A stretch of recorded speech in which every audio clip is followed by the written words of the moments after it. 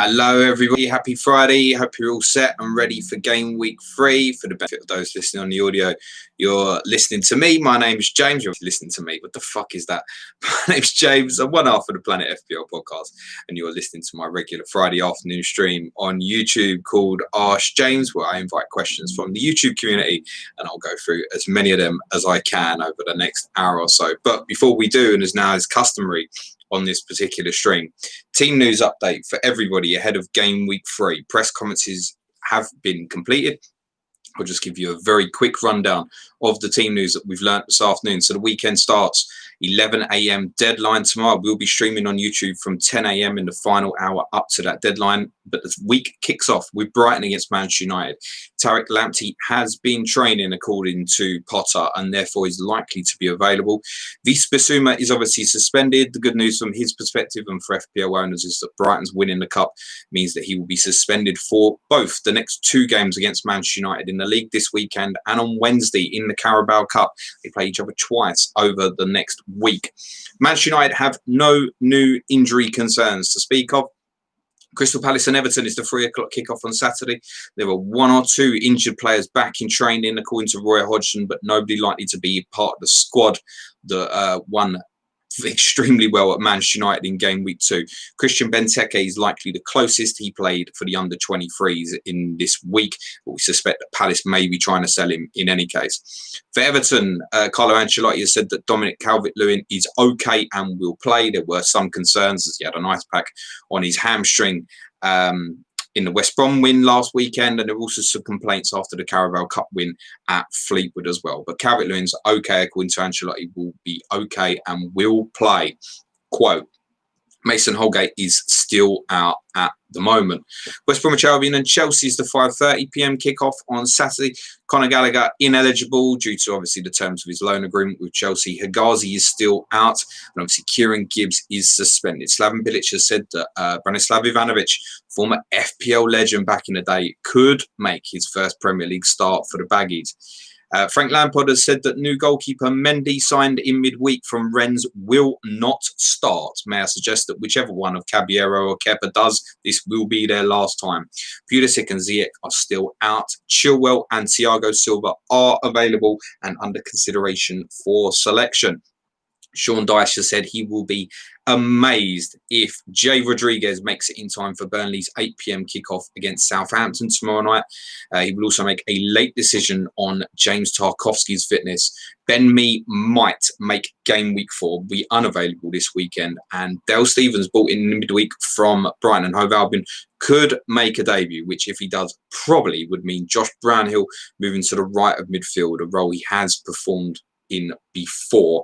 Nathan Redmond is Southampton's only absentee. He's unlikely to be back before the international break following game week 4. Sheffield United and Leeds kick us off on Sunday. John Egan suspended, obviously, following his red card against Aston Villa on Monday evening, and Lys Mousset is still injured. Everyone else is available. Chris Wilder suggested that Nathan Ampadu may start, and there may also be a change of shape for Sheffield United.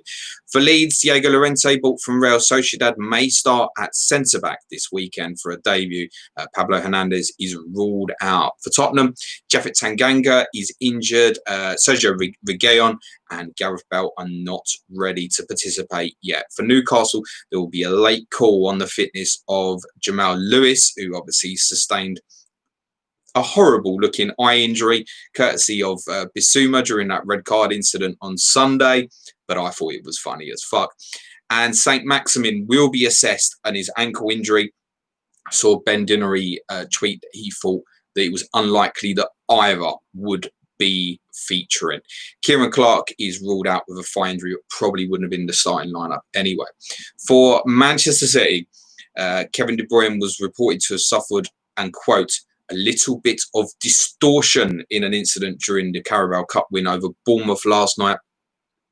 Guardiola also doesn't think any of the game week 1 absentees will return, but obviously the game is not until 4:30 on Sunday.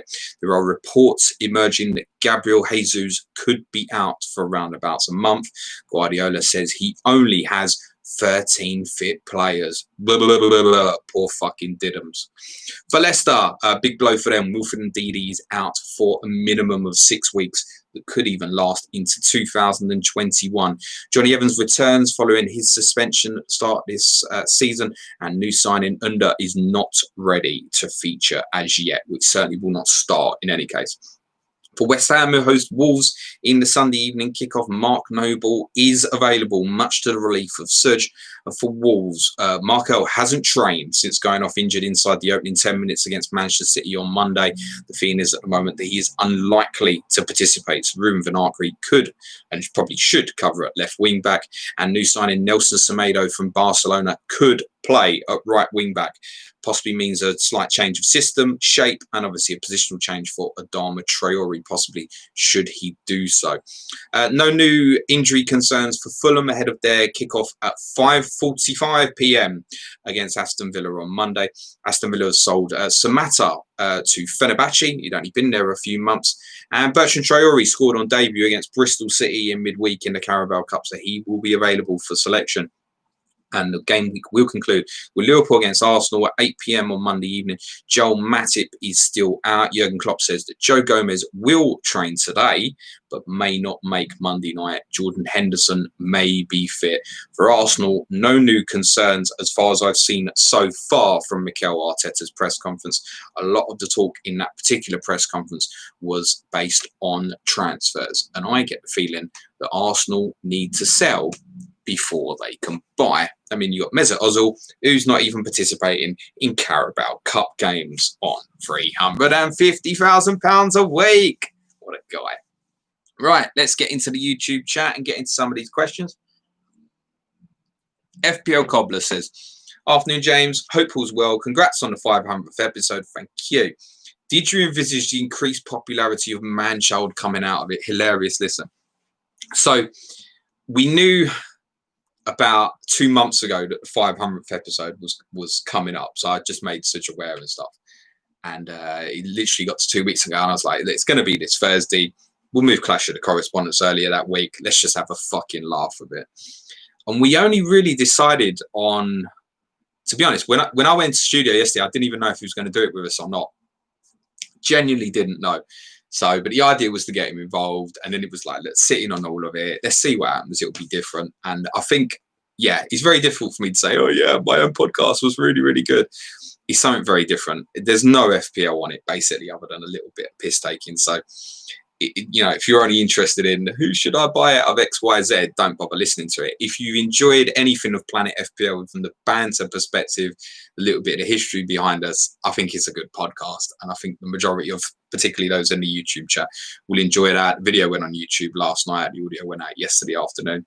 There's no rush to listen to it because it's not going to benefit for you from FPL from the weekend. But I think it will be a good one to listen to over the weekend, perhaps in between two games or late Saturday night or Sunday morning, or actually maybe don't listen to it Sunday morning when you're having your fry up. But yeah, it's a good listen. I think there's so much banter in there. I lost count the amount of tweets I've been tagged in today that mentions the word biscuits or aubergines. Ash says, hi, James. With Steve Parish calling out Sky Sports over a potential Ryan Brewster deal, is it about time the media gets held to account for their news and for a conflict of interest given the Sky Bet transfer market? So there's a long-held belief from a lot of people that certain companies like Sky Bet, and I'm not saying that they do, but when they produce a news story, they'll then offer betting odds on it. So let's say Ryan Brewster is 10-1 to join Crystal Palace. They break a story themselves saying that Ryan Brewster is potentially heading to Crystal Palace. They drop the odds. People think, oh my God, the odds have got down. I better stick money on it quick. Boom. And then within 48 hours, you find out it's bullshit. And they're not the only ones that are doing it. But obviously, particularly in the case of Sky, there is a concerned feeling that because they can break the news themselves, they completely manipulate it. And are some of these stories fabricated and fed to them as ideas by Sky Bet themselves? It's murky. It's a difficult one for me to cover, to be honest, as well. But I think it's fair enough to say this is an opinion held by a lot of people. Should these guys be held accountable? Well, I think in that case where Steve Parish comes out extremely strongly and says, bullshit, stop it. And I think the reason Steve Parish particularly came out on this one and called bullshit on it was a couple of reasons. So you've obviously just got Michy Batshuayi back from Chelsea on loan for a year, and he hasn't been involved. We've got Zaha, Ayew, Schlupp and Townsend playing wide. They've got Eze as well. Actually, in the full, and obviously they've got Benteke, as I already mentioned, on the books as well. The forward department is not a critical issue for Crystal Palace at the moment, as long as their players stay fit. It's not a huge priority. It may be that should they sell Benteke, for example, they may want to look for another one, because then they're probably literally left with Jordan Ayew as the out-and-out striker. Both he and Zaha can obviously play in wide positions. But I think the reason he shut it down instantly was the idea that, well, if they want to buy Brewster, people are suddenly going to start getting up talking about Zaha rumours again, and is he leaving? So that's why I think Steve Parish shut that down straight away. Should these guys be held accountable if it's just blatant lies? If I was Steve Parish and I'm calling it out going that this is fabricated lies, then who started that story? Genuinely, he's got every right to ask that question. Where have you got this story from? What is it all about? The one thing I've found since I've been doing this over the last couple of years is, I think before being on Twitter, etc., you kind of, Sky Sports News would be like your go-to for news, or sites like perhaps News Now who filter certain stories, and most of it's clickbait, by the way, on particular clubs. I'd constantly search for Spurs stories, for example. But it's becoming clearer and clearer to me that the best reporters in the game do not work at Sky Sports. Also from things like the investigation we did on Wigan and stuff, and issues in the EFL. I had a few people who I know who have worked for certain media companies who says it's probably not the reporters. They're probably told they can't report on things like that because of the conflict of interest, because Sky have obviously coverage for the EFL, etc. as well. So it shouldn't be like that. The news should be reported as news, is what I believe. So I think Steve Parish has every right to be angry, and the fact that he's done that and it's gone down really well potentially means that you're going to see more things like this. What I wouldn't do is be like David Solomon and go, oh, I'm going to go on TalkSport and talk with my mate Jim White and just come out like a bigger knob than when I started. But yeah. Edwin Guan, good afternoon, Lord Linden. Not comfortable with that, but thank you. What do you think of Delap in FPL? We was just talking about him on a Patreon podcast, actually. He's obviously son of Rory Delap, long throw expert. They say father like son, but obviously not in the case of these two. He must be a better footballer than Rory if he's on Manchester City's books. I think if this Jesus news is correct, Sterling probably goes through the middle. Foden probably goes and plays on the other side of the pitch. On the left, Riyad Mahrez comes in the team. That's how it stands to me. If Guardiola is talking truthfully about having 13 fit players, there are not going to be mass changes from that team that played against Wolves on Monday night, and it will kind of be go again. City can then rotate when they play Burnley in the Carabao Cup again in midweek. So I think City's team will probably be quite similar to the team that played at Wolves, although obviously someone would have to come in for Jesus. You would suspect that would probably be Mahrez with Sterling through the middle. I would be very surprised if the lad played through the middle. It wouldn't be right for me to comment on him properly because I haven't seen the lad play. Other than I can tell you, he took the goal extremely well last night. If it's asking for as an FPL option, you're potentially very much wasting a transfer there. I wouldn't bother. Johnny Pringle also suggested in the week on Aguero that the news, our Man City correspondent, FPL Pringle, also suggested that the Aguero news might not be as bad as originally has been reported, and he might not be too far away. Now, he's absolutely not playing this weekend and probably not till after the international break, but Aguero might be back for game week 5. So, no, I would Delap's under no consideration. Rhino's lead says, congrats on the 500. If Jesus out, is Sterling a great captain option? My memory of him as a number 9 is that he ain't great. It's generally how I feel about it as well. I don't think Sterling playing through the middle particularly increases his potential, particularly in the circumstance where they haven't got players at the moment like Leroy Sané, who's going to kind of take someone on the outside and whip in a low cross that he can get on the end of. A lot of it's build-up plays. He's going to have to play with his back to goal a lot. I think it will be quite frustrating.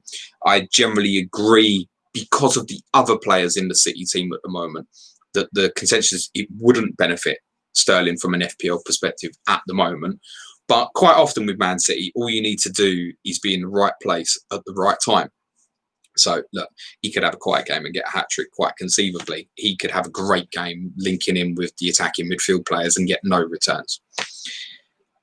I would not be buying him, though. at the moment. It'd be too, for me, it'd be too much doubt. If I was considering now and going, right, him or De Bruyne, I mean, I would, you guys, most of you guys will know me, it would be De Bruyne all day, every day anyway. But I would be concerned about not knowing what's going to happen in terms of, does he play left? Could Foden genuinely play as a false nine, for example? There are little things we don't know yet. Could he even ask De Bruyne to play the role? I wouldn't think so, because you don't want De Bruyne with his back to goal. We don't really know what's going to happen there. We think Sterling will play up front. Does it make him a better FPL option? In my opinion, no. SMN says, afternoon, James, do you think Podence starts for Wolves and who starts for Chelsea in goal? I think Kepa will play in goal. I think they'll look at it and go, it's West Brom. There's no point kicking the man on his way out. That said, Caballero obviously played in the week. Quietly, Caballero could play again, and then Mendy comes in for the league fixture against Crystal Palace next week, or maybe even to give him an appearance against Tottenham in the Carabao Cup on Tuesday night. So I don't really know. From an FPL perspective, you definitely shouldn't have Caballero or Kepa. Obviously, if you've got this week, keep and then move on. Does Podence start for Wolves? Probably yes. My instinct would be that Semedo probably doesn't start for Wolves this week, but that will come. He's certainly going to be first choice right wing back. That is going to make a difference to Traore's position. Remember, they used Traore as a late impact substitute in this fixture after the restart at West Ham, but it was also the first fixture after the restart. So we didn't really know where we're at of fitness from that perspective. We know that Traore's played Wolves first too, so there shouldn't be any concerns from that perspective. My biggest concern with Podence is, I think he's going to play the majority of games at the moment, probably on the left of a front three. My biggest concern would be he's going to be the first one withdrawn. That's the first thing that I think at the moment. So when they want to bring a Neto onto the game, or if they want to change shape, if Traore starts at right wing back and they want to push him higher up the pitch, he's likely to be the first one withdrawn. No criticism on as a player as well. He looks a super talent. I know it feels like everybody in the FPL community on Twitter is buying him at the moment. I won't particularly put you off. It's not a priority for me. I don't think it's actually as easy a fixture this weekend as it looks on paper. That said, Raul Jimenez is probably top of my shopping list for next game week, I should imagine, at the moment. If you want to get Podence, I think it's okay. I think you just got to be aware that tactically, system, and the impact of substitutions is possibly going to have a negative on him. That's all. Everything I've seen on the football pitch suggests, yeah, could be a great option. We thought this before about Jota before, though, and we've had similar problems, and it does remind me of that a little bit. Edwin Grant, hey, James, do you think Manchild still remembers Pumpernickel or Ben Dinnery from the road trip to Manchester live stream? Love you guys. Love you too, mate. Yeah, he definitely would. Yeah. I don't know if he'd remember Ben Dinnery so much. And just to clarify for that comment, Manchild, because he's clueless, has no idea that Ben Dinnery is everybody's injury guru on Twitter, basically. And we was trying to explain this to Manchild. Pumpernickel was a word that we were doing this live stream while we was driving up to Manchester in the car for the third live show in February. And someone had a question in on YouTube to say, you got to pick a word and you've got to get it into the live show tomorrow. And Suj came up with, I had to say Pumpernickel. And I did get it into the live show. That's factually done. I've got records of it somewhere. Yeah, Pumpernickel. Manchild finds the smallest things hilarious. He's one of a kind. Chris Duran says, hi, James. Loving the show as always. If you hadn't already done Aubameyang to KDB, would you still do that move now in light of KDB head injury and rumoured Jesus injury?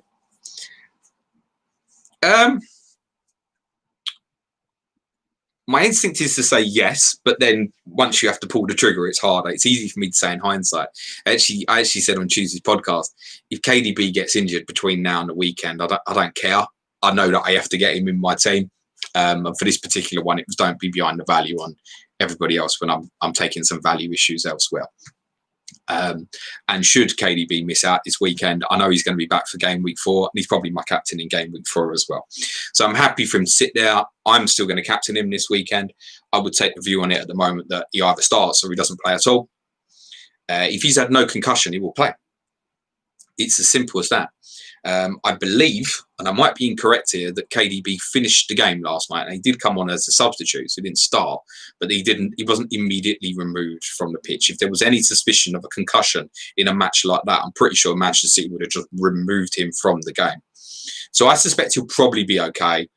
I would still say yes, but to do it for a hit now would be, well, I'd be a bit nervous about that, knowing that you're losing out on that, and even the 2-pointer from Aubameyang is going to cost you bad. It's easy for me to say yes, I would still do it when I've already got him in my team. So a difficult one. I possibly wouldn't. I don't know. Really difficult one. I want him in. I think he'll play. Fuck it. Yeah, I'd do it.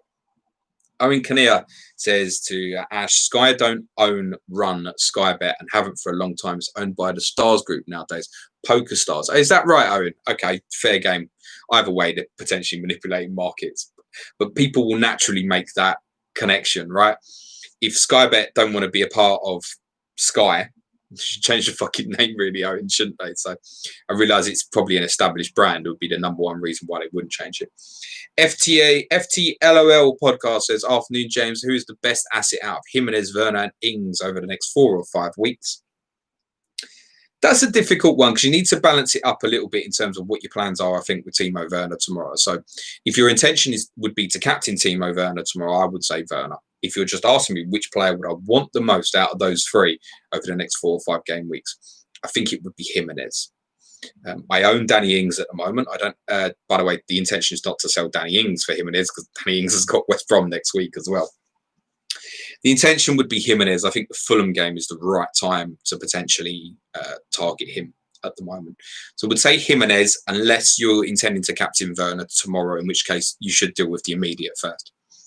Joe Finney Bader, afternoon, James. Can't wait for the first Watford v Luton derby for 14 years. Is that this weekend, Joe? Bloody hell. Sad that the club have had to board up the Graham Taylor statue outside the ground. Really? I mean, fucking hell, man. Jesus Christ. Watford and Luton are local rivals. They don't particularly like each other. It's worth saying, and Joe, you won't like to hear this, but credit to Luton because, was it 3-4 years ago, there was 4 divisions between the 2 of you. So the fact that they're playing you this weekend is full credit to them. But yeah, listen, we'll be saying in the modern age that even though no one can attend the stadium, we're worried that Luton fans are going to come down to Watford and attack the statue of Graham Taylor. I'd really hope that that's not the case. Large Anus, which Jesus out, there's a chance Foden could play centre forward. Yeah, as I mentioned, Paul Whitehead, no question, just a hire from Thailand. Thanks for the pods this week. Ripped to -8 and feel better for it. Good. If you feel better, Paul, then good. Alex Piri says, afternoon, mate. Hope you're well. One last dilemma I'm on for my team. Charlie Taylor or Souček to start. That's a tough one. So I think if it was me, I'd go Souček. But I'm going to play Luke Ayling this week over Taylor and Cole Peters. And I'm not sure that's the right choice, but I also have Danny Ings and Chris Wood. So I'm looking at it from the perspective of an all-in strategy where if I go Walker Peters, I've got him versus Wood. I'm unlikely to get returns for both. And if I go Charlie Taylor, I've got him versus Ings. Again, I'm unlikely to get returns for both. So the best ceiling for me isn't the best outcome is probably to go with Luke Ayling and hope Sheffield United don't score, which I think they will, by the way. So I just don't see Leeds keep many clean sheets as it stands at the moment, and I'm constantly reassessing my Luke Ayling pick. But for that reason, I'm picking Luke Ayling. So for me, I would go Souček. Then in your case, if you haven't got Danny Ings, I would go Charlie Taylor, actually. So if I didn't have Danny Ings, I'd pick Charlie Taylor tomorrow because I just think you can have the most trust in them. That said, the me absence and the doubts remaining around Tarkowski's fitness is a concern. And I think if Tarkowski doesn't make it, Southampton will score. And in fact, if Tarkowski doesn't make it, I think Southampton will beat Burnley tomorrow night as well. Knis this afternoon, James. Sky Fancy football question. If Jesus is out, should I move to Werner? Means I can captain Werner over Dominic Calvert-Lewin on Saturday. I've had a great start, but have already used 3 moves and didn't want another. The thing is, Owen, with someone like Jesus, you're always running the gauntlet that he doesn't play in any case anyway, right? There's always a danger for that particular game in Sky if you only pick 11 players, that's going to become a concern for you anyway. I would measure it like this, Owen. You need to know that Jesus is out for 2 weeks. And if that's confirmed, you want 25 points of Timo Werner, I think. Ordinarily, I'd say 20, but because of the circumstance, and there's nothing beyond the forced wildcard overhaul in Sky following game week 4. I think 25 points is what you want. Now, if you captain Timo Werner tomorrow and he gets you 10 points times 2, 20, all you need is an assist against Crystal Palace the following weekend. And if you think that's on, you should probably go with it. But the other thing you need to weigh up in your mind is you're going to be taking points away from Calvert-Lewin as well by not captaining them. So if you think net, all those things considered, you can hit 25 points extra, make the move and don't hesitate. I think that's close. Angus McPhail says, hi, James. Hope all's good. Do you like or dislike that people like Steve Parish at Palace and Tony Khan at Fulham are willing to push back on false transfer reports on Twitter? I think it's a good thing. I think there's a balance between, I'm sorry to mention Sullivan again at West Ham, but it was like, and I mentioned this story before, that the last game at Upton Park against Manchester United a few years back, great night for him. They won, brilliant. He's on the pitch pre-game and he says, we've got 30 million to spend on the striker this summer. Now, as soon as every time he picks up the phone, every club went 40 million, 40 million, 40 million, because he knew he weren't going to pay it because he only had fucking 30 million to buy a striker. And the West Ham didn't end up buying a striker because everybody knew what West Ham could pay. So everybody just went, yeah, mate, it's going to be more, whether we think it is or not. We know how much money you've got, 40 million, thanks. So when you're doing dumb things like that, no, I don't think people should speak out. To criticise an exact story like that, there was one, Tony Khan spoke out about rumours about Anguissa and Seri, I think, a couple of weeks ago. It's all right. If bullshit's bullshit, call it out as bullshit, right? I'll do that. If someone wants to say something I've said is bullshit, fine, call it out as bullshit. I think that's absolutely fine. I don't have an issue with it. As long as you're 100% sure that's accurate and behind the scenes you don't actually know that your head of recruitment's actually already called Liverpool and went, mate, is Brewster available? Because then you're going to look like a dickhead if it comes back around. What would happen if, let's say, Jordan Ayew got injured this weekend and then they sold Zaha and then they really are desperate for a striker and Ryan Brewster's available on a 1-year loan and they end up taking him? He's going to look like a fucking melt, isn't he? So I think you need to be a bit cautious of those sort of things, but I don't have an issue with it. What I would say, I'd be very, very surprised in that circumstance where, say, Daniel Levy came out and said something like that. I can understand the defending of you don't want to sell someone, but it's actually a little bit unusual to say in this particular case, there's a player there that we're not interested in buying. It's an unusual one. But I don't know how the player feels as well. Like I said, if it came back around, the player think, do you want me, mate? You didn't want me last week. Why do you want me now if it comes around? I'd never known Daniel Levy to come out and make a statement about denying interest in a player or you know, saying this player's not for sale. That's all I've kind of always been communicated via the manager, and I think it's probably the way it should be. But then, depending on whether you're coach or manager, a lot of the managers don't themselves know what's going on these days. Dodgy line. Matt Clark says, afternoon, James, got a benching headache. Would you play Vinagre, Charlie Taylor or Souček? Fancy Taylor's assist potential, but also have Adam, so I'm conflicted. I think I'd play Vinagre, actually, from them. I don't think Markel will make it. If he does make it, Vinagre is probably unlikely to get on. Of those teams, I would fancy Vinagre to keep the clean sheet more than Charlie Taylor this weekend. Although I think West Ham will probably score as well, if I'm honest with you. Souček, I've said before, I don't think the opponent particularly matters because, as seen in the Arsenal fixture, if the ball goes into wide areas, he's still going to run into the box. So I wouldn't be particularly concerned about that. I would probably go Vinagre. I think the ceiling is probably just a fraction higher than on Taylor or Souček. So Vinagre, but tough call. Listen, whichever one you go for, Matt, will be the wrong answer. And that's probably Vinagre now. I've advised that. Neil Thompson says, afternoon, James. Gutted that the conferences are getting later. This is clashing with the school run. The press conferences, yeah. Quick question. Would you play Taylor versus Saints or Vinagre away to Wolves? Thanks. See above. Jeff Holtz in. Hello, Jeff. Says, hi, James. Love the 500 show. Thank you. Large James, would you consider a hit to take out Saka for Podence? No. No, I don't think I would. You're probably looking at an immediate return there from Podence. Although it's probably important there, Lar, to understand what your bench is. I'm not particularly interested in knowing. That's something you need to consider. because I would be surprised if Saka played against Liverpool, would be my instinct. I think Maitland-Niles probably plays left wing back, would be my instinct. So you need to potentially consider what's coming in off the bench as well. Joe Finley Bader, also, have you remembered to do your gaffer team this week? No, I haven't yet, Joe. I'll post on this Patreon Slack channel when I've done it. 6:15 is the deadline. I've got it. Coolio 2 Foots, mind you, I got over 100 points last week forgetting to do it, so maybe I shouldn't do anything. Coolio 2 Foots finally caught this live. Nice to see you, mate. Ryan Henderson. If Tarkowski leaves Burnley, he's done the best 4.0 option. We don't know that, Ryan, because at the moment we've got no idea if the young boy Dunn, who I thought individually did quite well against Leicester on Sunday, but collectively as a team, they were missing certain things defensively. We don't know if he would have favouritism over Kevin Long or not. No idea. You've got Ben Mee to come back into that as well. If you've got a 4.0 defender who plays every week for Burnley, he's the best fucking option. I don't really care what's going on elsewhere. He would be an amazing option. You've even seen at the weekend he can score from the set piece as well. But we really don't know where we stand with that at the moment, Ryan. So it's wait and assess. Once we get to game week 5, we'll probably have a better indication. Man Sidhu Holla Hames, been silent follower of your podcast last year. That's no problem, mate. Actually helped me win last year and beat my boss. Probably helped me get a promotion. Lol. Game week 3, Ryan or McCarthy in goal this week. And Dyer or Cole Walker-Peters.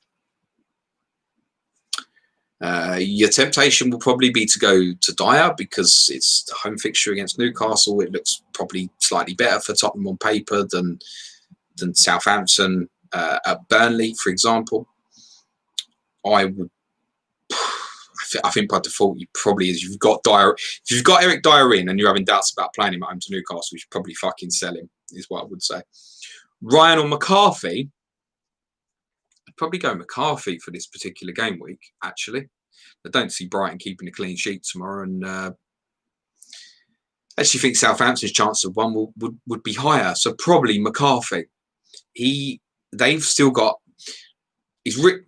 What I'd advise people is if you haven't listened to Tuesday's podcast, listen to Tuesday's podcast and I'll talk about Southampton's problems defensively and why I don't think there'll be a problem for him in the Burnley fixture and the West Brom fixture next week. Alex McCarthy, he's got to get used to coming out of his penalty area if Southampton are going to maintain a high line. I don't think it's going to be an issue this weekend, though, so play McCarthy. F. Peel telling Josh this afternoon, James, good luck with the game week. Listen to the 500th episode pod earlier. Loved it. Keep up the good work, you guys. And here's to 500 more. Thank you very much, Josh. We're looking forward to celebrating episode 1000, I guess, around about January 2022, I should think. You're at Cunt. Which team you reckon will score the most goals this game week? It's probably hard to look beyond Chelsea, isn't it? City and Liverpool capable. I wouldn't rule Manchester United out of that. Could be any of them. I think if you was to press me, though, you'd be hard at the moment to say not Chelsea. Chelsea, to be honest with you, I think Chelsea, City and United, I could all see scoring 3 times. So, any of them. Paul Jones, hello, mate. This afternoon. Thoughts on an Ndidi transfer out for Sky? Worth it? I think, Paul, to refer back to the earlier question said about perhaps Werner in for Jesus, you'll know already makes you a very experienced player. Weigh up what you think you're getting out of the end result. To find a captain in place of Ndidi is probably going to be harder than that Werner to Jesus. So I think your ceiling of what you're aiming for should probably still be the same. And I think you'll struggle for it from now. And therefore, it probably means keeping it. What was you expecting at Man City away anyway? Maybe a tackle tier, possibly. Certainly not going to be passing tier. Even if he'd have played centre-half, there wouldn't have been a passing tier in this particular fixture. So there wasn't a lot to come out of this weekend in terms of expectation on Ndidi anyway. That's probably more one where you might be better waiting, Paul. If you think you can find 25 points, get it done, mate. James Horan, hi James, do listen to the pod, thoroughly enjoying it, thank you. What do you think of the new kickoff times? I feel like the new schedule stretches the games out too much and ruins Match of the Day.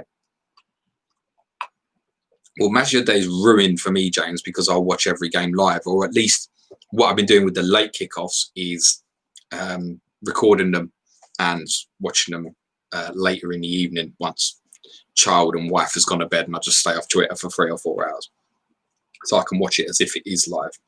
So at the weekend, by the time the third game's finished, let's spend some time with your kid. Yeah, you're right. I probably should do that. So Match of the Day, haven't really seen a lot of. I've seen certain things like Jermaine Genius analysis of Leeds at Liverpool was brilliant, actually. So, is it going to ruin match of the day for you? If you're not watching the games live, it shouldn't really make any difference to you. You watch the 4 games on a Saturday night and you watch the 4 games on a Sunday night. That shouldn't particularly matter. What it does do is it stresses out the FPL manager more because every incident is highlighted. And, of course, on most goals that are scored, that's going to impact your rank negatively. You're getting smaller drops, smaller drops, smaller drops, and for every good return, a bigger jump, depending on ownership numbers. But the majority of goals that go in over a weekend are negative for your team, generally speaking. Even if it is someone at this stage who's got this player who's 1% owned and he gets an assist, it's going to hurt your rank a little bit at this stage. So I think psychologically it's hurting FPL managers at the moment, that great big spread from Saturday lunchtime to Monday game. It's not even like, I spoke about this on one of the pods earlier week, it might have been Tuesdays as well, where you could build the 3 o'clock to 5 o'clock period. And it's like, okay, it's 4 or 5 games at that time. Okay, this has either been a good period or a bad period. You're now doing that period over 10 stretches. 10 stretches. And particularly where there's ones where you don't have a player involved in the game, you already know that at the end of that game, you're going to be lower than you were pre-game. So I think that's affecting people quite a lot at the moment as well. Arif Echo says, hi James, don't want to ask, just want to congratulate you to your man-child on 500 episodes, the gift that keeps on giving. Thank you, Arif. Mark Dorney says, was planning on captaining Kevin De Bruyne across all the games. Thoughts now? Yep, still be for me. I mean, for Sky, Mark, obviously if there's news come Sunday that in the morning that he's not going to play, then I'll captain someone else, of course. Yeah, I'll still FPL definitely, unless I hear today someone say that he's definitely ruled out, then yeah, he's my captain, because I would literally look at it. This isn't one where you think they'll give him half hour at the end with the injury issues they've got. He's either going to play or he ain't going to play. Just make sure you set the right vice captain. My vice captain will probably be Bruno Fernandes. Pirlo's pen, he's going Havertz over Werner, viable. Everything's viable, my friend. It will enable me to go Reece James to Robertson. Then it's definitely viable. Although, quite why you'd want to get rid of Reece James at the moment, I'm not sure, to be fair. Urak Hunt, which teams do you think have the worst defence besides Fulham and West Brom? Leeds at the moment. But obviously, that they've got Llorente's coming, who's going to integrate into the team this weekend. They didn't have Cooper at Liverpool. Cox just joined the team, 2 games. So it could be that improves. We know the fullbacks are decent, etc. So that might improve. Southampton's susceptible to certain teams and styles, but are they worst 3 in the league? Possibly not. I think West Brom and Fulham stand out. I think Southampton will stand out in the mind at the moment, but it's something you should be very cautious of with their opponents. Take Burnley. Vidra or Wood going to run in behind tomorrow. Vidra actually might. It's certainly into channels. He might do a bit. West Brom, Robinson going to run in behind and give him big problems. Can Pereira and Dean Garner get close enough in game week 4? So I don't see the immediate issues or threat there for Southampton from that perspective. You might argue, for example, that Timo Werner's got West Brom and Palace, but in his next 3 fixtures, the best one might actually be Southampton in game week 5. So those are the guys to mention. Palace are so reliable, really, in terms of trusting them. There isn't obvious. Brighton, you probably still put in that, as much as I think they're a much improved team. You probably put them in that range where it would be a concern. West Brom and Fulham are the ones to target at the moment, it looks, doesn't it? Cyrus Bernard, hi James. What club you reckon Kepa will end up this season or next? Oh, Jesus. Fulham. I don't know, mate. I don't know. Chelsea are going to have a big problem shifting him. I read, and I don't know if it's true, but I read, and I meant to look into it, but I forgot. But he actually is on he was on a 7-year contract when he got bought as well. In which case, the only way Chelsea are going to get rid of his wages, which is probably on a lot if you sign for that long, is loans and stuff. So anywhere. People tell me, and I don't know, I never saw him play for Bilbao. I never looked into the numbers. People tell me his numbers weren't even good when he was at Bilbao. So how Chelsea ended up paying that money and panicking, basically off the back of Liverpool getting Alisson instead of them and having to let Courtois go to Real Madrid. Panicked. Absolutely panicked. I don't know what will happen to him, but I've no intention of beating the guy down anymore. I've said everything I need to say on Kepa. I think enough now. Zaris says, will Lamptey play? Greetings from Greece. Hello, Zaris. Greetings to you too. Yeah, we think so. He's been training, so should be okay. Connor Campbell, do you think Kane is worth his price tag in FPL? That's a good question. I think the answer to that, Connor, is yes, because he's capable of last week. I wasn't wrong when I said I only really see Kane scoring ones in games. I didn't factor in 4 potential assists. Of course he is. I think Harry Kane's a great price, to be honest. For me, it's a little too much for someone that I wouldn't be comfortable captaining at the moment, is my personal perspective on that. Is he a good price in terms of his value and what he'll give during the course of the season if he stays fit? Yeah, I think so. Jeff Holt says, on the road trip to Manchester, do you remember what word you had to get into the pod and were you successful? Love that card trick. Yeah, it was pumpernickel. Yeah, I got it in. Zdravko Dobrev, hi James. Thoughts on the 4.5 million midfield spot? You think Stevens will go straight into the Burnley team? Also, Oliver Burke worth the risk, or is the consistency of Reed or Stevens better choice? Thanks. If I was buying one today, I'd buy Oliver Burke. I just think timing-wise, with Leeds at the weekend, you'd get him in and you'd probably play him and he'd take a chance. And if it returns, his value will fly and you'll be on the right side of that. And then if it doesn't work, you can sell him and nick the 0.1, 0.2, whatever, in time. So, yeah, it's going to be frustration. But then if it proves that he's not an asset at all, just leave him on the bench, right? His ownership's tiny anyway, so he's probably not under too much threat of going down when there's going to be some sort of investment in him as well. If people get him in and it proves that he's shit, what 4.5 million are they going to bother jumping to? What's the point? You might as well just stay with it if he's constantly getting ones, and then he becomes your third sub and you leave it till the end. Or if it turns around and they've got a good fixture, for example, you might want to stick him back in if you think he's going to play. I think upside on him is, yeah, it would be worth the chance. Of the consistent ones, the best choice for me is Bissouma. I think with Stevens going, that now becomes a lock. On Stevens himself, yes, I think he plays regularly for Burnley. You might find in a roundabout way that Stevens will now pick up more 3-pointers than he would have picked up at Brighton. Might be something to follow. So I think Stevens does go in. However, the caution on that would be that they've got injuries at the moment in wide areas. Now, if they get someone in the wide area, you've got Westwood, Brownhill. Are they ahead of Stevens? Plus, you've got Jack Cork's been injured as well. When does he come back? So Stevens, I think, is potentially going to give you issues down the line. So I think it would be avoidable. I would take a chance on Burke if I had to buy one at the moment. And Guisa, if he stays, I think would be a better choice than Reed for Fulham as well. Rob Pick is in. Hello, mate. Says bench Cole Walker-Peters or Souček. I'm benching both, Rob. I think I would play Walker-Peters as long as there's no conflicting. You know me, I like to go the all-in strategy. So if you've got Chris Wood for whatever reason, then I probably wouldn't. Otherwise, I think Walker-Peters, mate, yeah. Nikhil Narayan says Werner or Jimenez can only afford one. I think Werner, if you're going to captain him this weekend, I think if you're not someone who thinks longer term and you're prepared to get frustrated over the next 4 or 5 weeks, I think Jimenez might prove to be the better choice. It's a very, very close one. I think if I was buying one this week, I would probably go Werner and then take another assessment following the West Brom game. FPL Ralph says, I'm overemphasizing penalties by choosing 7 attackers who are penalty kick takers. KDB, Salah, Bruno, Click, Ings, Wood, Jimenez. I would never buy an FPL player based on the fact that they're a penalty taker. It may help strengthen the case, but I wouldn't pick a player on that basis. That said, all the players that you've got there sound like decent selections to me. All of them. None of them sound like bad choices.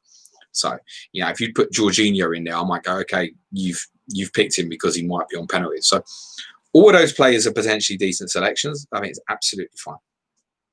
Anuj says, who would you captain from Son, Salah, KDB, Werner and Calvert-Lewin for this game week? The answer would be Calvert-Lewin went to come out of my mouth for some reason. Kevin De Bruyne would be my answer. And he also says Che Adams or Bamford for this game week. Che Adams for me.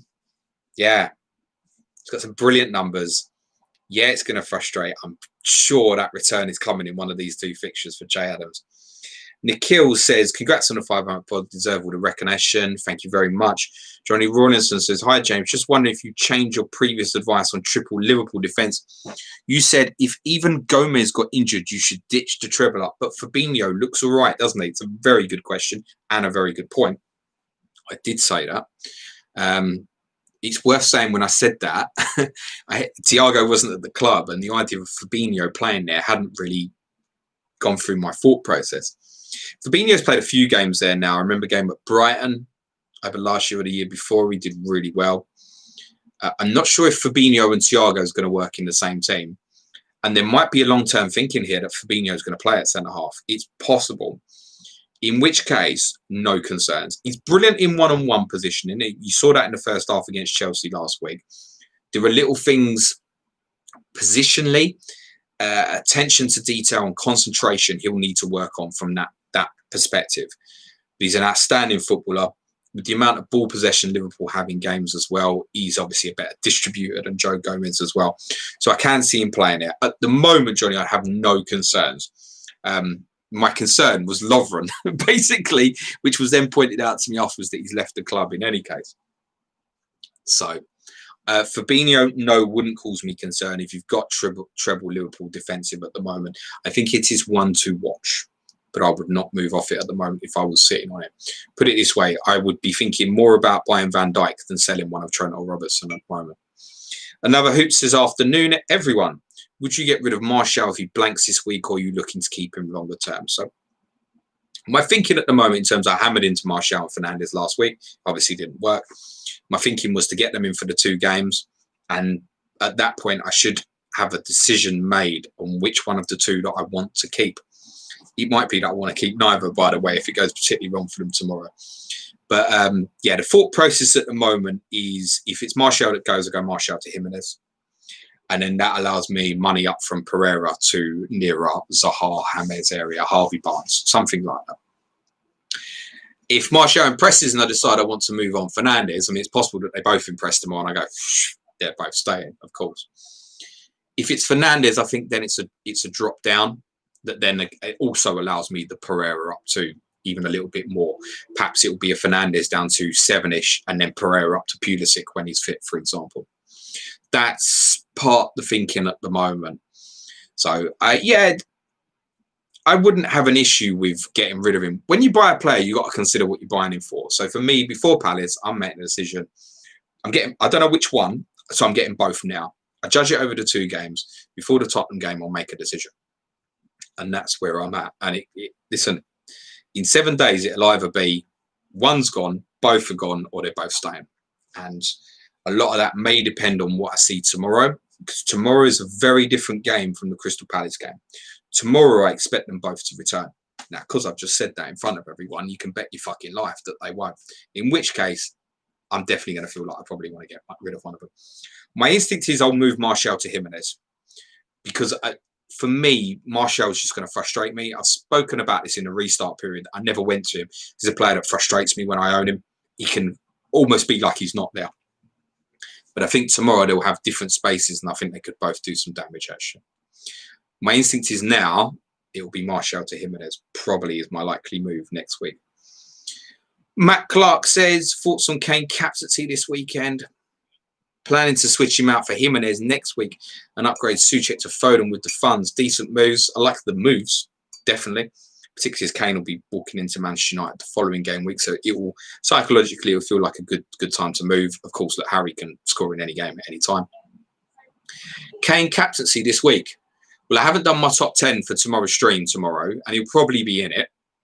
But I think there'll be several better choices. I think Werner, KDB, Sterling, a United player, Martial or Fernandes, Salah, Mane. I think they would probably all be better choices than Kane for me this game. Jeff Holt, after a dreadful start to my FPL season, I've decided 2 things. One is to prioritise Sky over FPL and to consider picking my wildcard team in line with Manchal's thought process. Yeah, just pick some stupid players. Zaris, I've already covered Dunn from Burnley, so I'm going to skip that one. 4.0s, I don't think should be targeting at the moment. My thoughts on the 4.0s at the moment is when I want to get one, I want to get the one that's 3.9. That's where I'm at the moment. Mitchell's doing great for Palace. In fact, so well that it's becoming not a guarantee that Van Aanholt gets back in the team, which is a really interesting one to follow. In which case, even paying that little bit extra at the moment should be for Mitchell. Ferguson, we don't know where we stand. So we have no idea if he would likely come in for Joel Ward.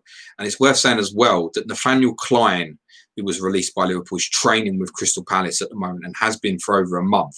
It's not beyond reason that Palace give him a contract. He's a very experienced player. Started his career at Crystal Palace as well. So then he suddenly becomes part of that squad. Then you have no clue where you stand with Ferguson. So I wouldn't be interested in buying any of them at the moment. Done. Have a little rewind. I mentioned the issue with me and Tarkowski potentially. Another Hoop says, hope you've got a link to Ask Manchild live stream. Oh my God, that's the Planet FPL spin-off that we all need, isn't it? Josh Riddle, 2 of KDB, Sterling and Salah. KDB and Sterling. FPL Captain, my graphics hero. He'll be on the graphics again for the stream tomorrow this afternoon. Congrats on the big 500. Thank you very much, sir. Nikhil says, worth going Sterling over Salah for the next 2. No, probably wouldn't make that move, actually. No. Marcus Nelson, if you had Dean, would you keep him? What? Ask that back at yourself, Marcus, and say, why would you sell him? Nikhil says, Leicester have bid 30 million for Tarkowski. I think Burnley want a bit more money than that. Vicky01242, not a question. I find the psychology of the FPL player fascinating. Every week, people just U-turn their opinions and rip their teams up in rage. I enjoy seeing these reactions and shifting thoughts. So do I. Paul Whitehead. Oh, you eat pizza in a really weird way. The crust is basically there as a handle. Yeah, so I'm being told, Paul. One of my patrons told me today you can eat pizza wherever the fuck you like, actually. Marcus Nelson, what would trigger you to get rid of Martial if you had him? I'm considering bringing him there next week for Werner or Martial, but I do not want to be reactionary. What will trigger me is the performance of him and Manchester United. That's what will trigger me. Martial could blank tomorrow and I might decide that he's really worth keeping. So it's the performance, not the result. It's the performance of A, him, and B, the whole team from an attacking perspective that will trigger my thoughts on whether I would want to sell or not. Anand says, Dean or James Rodriguez, if you could only have one, who would you have? I still have concerns about Everton keeping clean sheets, actually. I think Dean, in my opinion, he's 0.5 more than I would have wanted him to be. If Dean was 5.5, okay, yeah, Lucas Dean, I think. James, for all the beauty of his play, etc., from an FPL perspective, we need to see something a little bit more, actually. At the moment, you're looking at an assister of an assister, I think. So I'm not overly keen on diving into any for the budget of my own team and where it's heading. I'm obviously not going to have either this weekend. There is next to no possibility of me having Lucas Dean next week. There is a possibility I will have James Rodriguez. So I think that will probably answer your question. FPL Ralph, if you already owned Podence and Jimenez and had no Chelsea assets, would that persuade you to go Reece James over Saiss? I think I'd be persuaded to go Reece James over Saiss anyway. I think what I've seen on those first 2 games makes me think now that he's going to be more assured of starting at right back than I originally thought pre-game week 1. The fact they bought a goalkeeper now is obviously extremely encouraging. Hopefully, from their perspective, it shouldn't matter tomorrow at West Bromwich Albion. So I would go Reece James anyway. Marcus Nelson, would you play Burke or Harrison this week? That's a good question. I think Harrison. Just remember, obviously, for the Harrison owners out there, he will be ineligible for game week 4, as he's on the third of about a 10-year loan from Manchester City. Oh, it's a tough one, Marcus. I think I'd go Harrison. I think. Leon Birch, do I bench Lamptey or Mitchell this week? I would, out of them 2, I think I'd bench Lamptey. I think I could see a higher potential for Crystal Palace clean sheet than a Brighton clean sheet. And as amazing as Lamptey's been going forward, is it a game you particularly expect him to get an attacking return in? Probably not. Chris Jago, hello James. What about picking penalty takers on a wild card considering the change of rules? kind of covered this. I wouldn't pick players based on the fact that they pick penalties. Yes, it can add weight to your choice, but there is an unpredictability about penalties. Someone this year will not get a penalty for 6 months, as in a team. So there's an unpredictable nature about it. The teams that have more attacking play and good dribblers are always liable to get more. So people like United with players like Rashford and Martial, and Manchester City with people like Raheem Sterling, Palace with Zaha. You can make a case for Tottenham with Son, and you've got Bale to add to that, possibly. But it wouldn't influence my decision. If I was on a close call between two players, I don't think I'd let the fact that he might get penalties and get 1 or 2 extra chances of taking a penalty this year as an influence on my decision. Man says, how about Anguissa instead of Souček? Save some more money. It's okay. I mentioned earlier in the week that Anguissa has been linked to a move to Milan, but that appears to have gone quite cold. And I think Anguissa is a potential backup option that Milan are mooted as a possibility. So, yeah, if you're desperate to save money, it's okay. I would prefer going to Burke, as I've already mentioned. I did mention Anguissa. I think it would be a better choice than Reed now. Cole Norbury, hi James, been waiting for this all day. You need to get a life, mate, but I love you, Cole. Will you do a people's poll like watching paint dry again? Turned out to be one of the best non-FPL football podcasts you've done, I think. I can't remember what we talked about. But it definitely wasn't about watching paint dry. I think it become comedy in the end. Cole said, love the 500. Thank you very much. Made me think of favourite episodes. I'm pleased. Nobody else mentioned watching paint dry. Slide in my DMs or something, Cole, remind me what we talked about. I can't remember. Mohammed says, how many hits you took last season and whether it affected your score positively or negatively. I ain't got a clue, mate. Can't remember. Don't care. It's last season. I'm not one of these who holds all this information and stuff and bothers about it, because whether hits impacted me positively or negatively doesn't necessarily mean they're going to impact me positively or negatively this year. My outlook is that I'm not a good player when I'm aggressive and take hits. But on this particular occasion, taking hits in game weeks 2 and game week 3, if I knew what I wanted, which I have done, I bought Foden to go with De Bruyne. Then I was happy to take it. And I knew that in these 2 game weeks, I would be happy to take it. I'm clear in my head now as well that if I move to Martial and Jimenez and I can get to the player I want from Pereira, I will take another -4 next week. Then I'm going to be calm, because then I'm going to feel like I am very, very close to what would have inevitably been my wildcard team anyway. So I'm prepared to potentially do that next week as well. Generally, it doesn't suit my game, though. Cam Wright says, hi, James. Love the show. Have you heard anything regarding KDB's head injury versus Bournemouth? Yeah, did team news on all the clubs. If you're joining in late on YouTube, head back to the start. Covered team news on all 20 teams. Distortion is the word used on Kevin De Bruyne. I think he'll play. Mohammed saying everyone to hit the like button on YouTube. That'd be nice. Dan, 76 Lord, my Liverpool correspondent, in. Afternoon, James. Justin or Burke for the weekend? I'll live with Burke, mate. Man says TAL KDB captain. KDB. Rene says, should I captain Son or Werner? Werner. Nasu. Did James just say the C word? No, I've never used the C word. If I did, it slipped. Oh, Urak. I see. They're trying to get me on the names these days now, aren't they? At least I said Urak rather than Urak. Yeah, exactly. I think we'll leave it there. Thanks for the questions, guys. There are, I would say, looking at it, probably too many for me to get through. Yeah, I'm never going to get through all the questions, guys. I did say I'd do an hour. If you get in early enough tomorrow, I will cover your question 10 a.m. tomorrow when I do the deadline stream on YouTube. But thanks very much for joining in today, guys. Good blast. Stay calm. Stick to your own opinions. By all means, seek advice, but have faith in your own ability to make the right choices.